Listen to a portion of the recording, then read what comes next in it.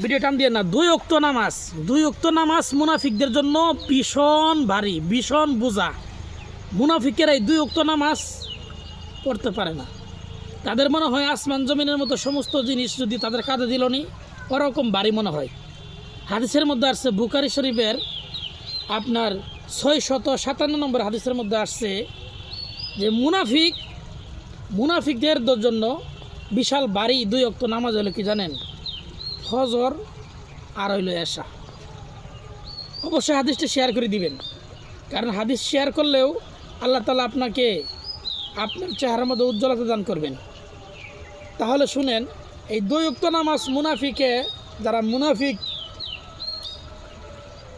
তারা এই 2 ওয়াক্ত নামাজ পড়তে পারবে না। তার কারণ হলো মুনাফিকদের জন্য এমনিতেই লানতের তক্তি তাদের ভিতরে থাকবে, কাজে এই 2 ওয়াক্ত নামাজ পড়তে পারবে না।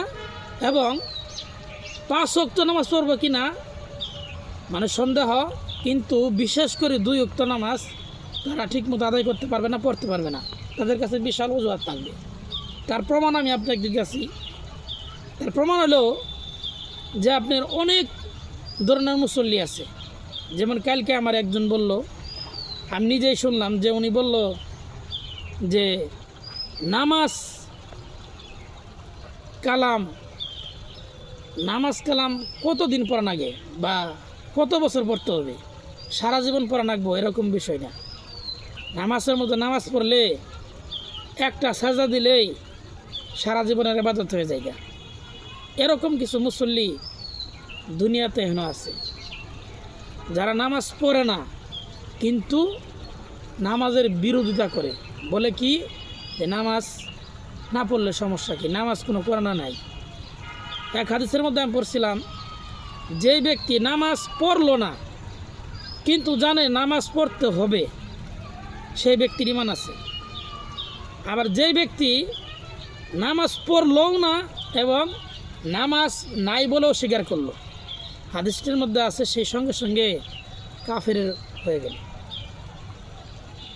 হয়ে গেল। কিন্তু আমার কথা হলো, এরকম মুসল্লি বাংলাদেশে কম না বেশি? আমি দেখতেছি 100% যদি মুসলমান থাকে, কমপক্ষে 75%ই মানুষ আপনি নামাজ পড়ে না, আর 10%-এর বেশি হবো তারা নামাজকে অস্বীকার করে। আর কিছু মানুষ আছে স্বীকার করে কিন্তু নামাজ পড়ে না। এই জন্য ভাই ও দোস্ত বুঝবো, যারা আমার ভিডিওটা দেখবেন অবশ্যই ভিডিওটি শেয়ার করবেন।